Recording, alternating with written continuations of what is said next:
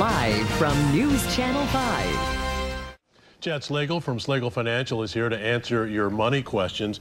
And we'll start off with two retirement questions, Chad. The first, with all the uncertainty out there today, is there a good time to retire?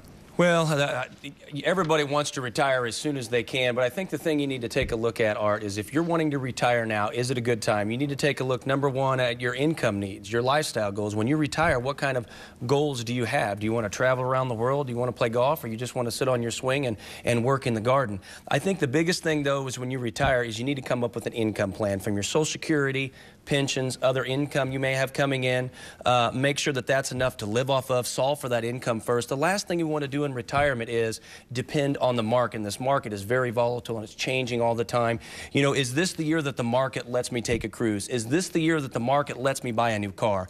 When you retire, make sure that you have enough set up in your retirement savings to be able to live comfortably throughout the rest of your life. Have enough income coming in.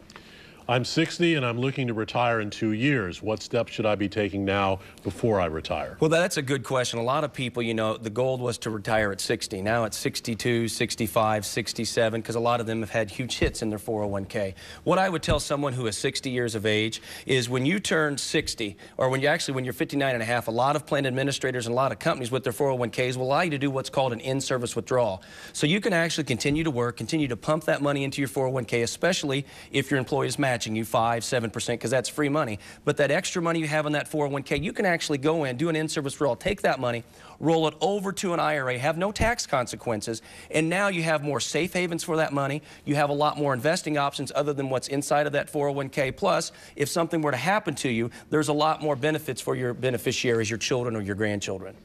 One of our viewer writes, we are in quite a lot of debt. Our bills and debts exceed our income. We're thinking of rolling over a 401k and at that time cashing out half of it to pay off some debt, but it won't cover it all. Our savings are almost gone. We see no other options. Any input would be appreciated. Input would be, a lot of people, so many people today, they're talking about debt and going into, they don't have a budget. I would sit down and take a look at your budget. What can you do without? Is there anything in there that you can cut? Maybe that helps. The other thing is if it's credit card debt, do you have any equity in your home? Maybe get a home equity line of credit, because interest rates, as we know, are very, very low. So maybe you can refinance, take some of that debt and lower it down. But I think the biggest thing to tell these individuals, Art, would be to take a look at your budget. Sit down and go through over the past 12 months, each and every month, what have you spent money on? Is there anything there that you can cut to be able to help you out to lower that debt and then consolidate that debt into the lowest interest rate that you can find? Okay. Chad Slagle, thank you very much. Thank you, Art.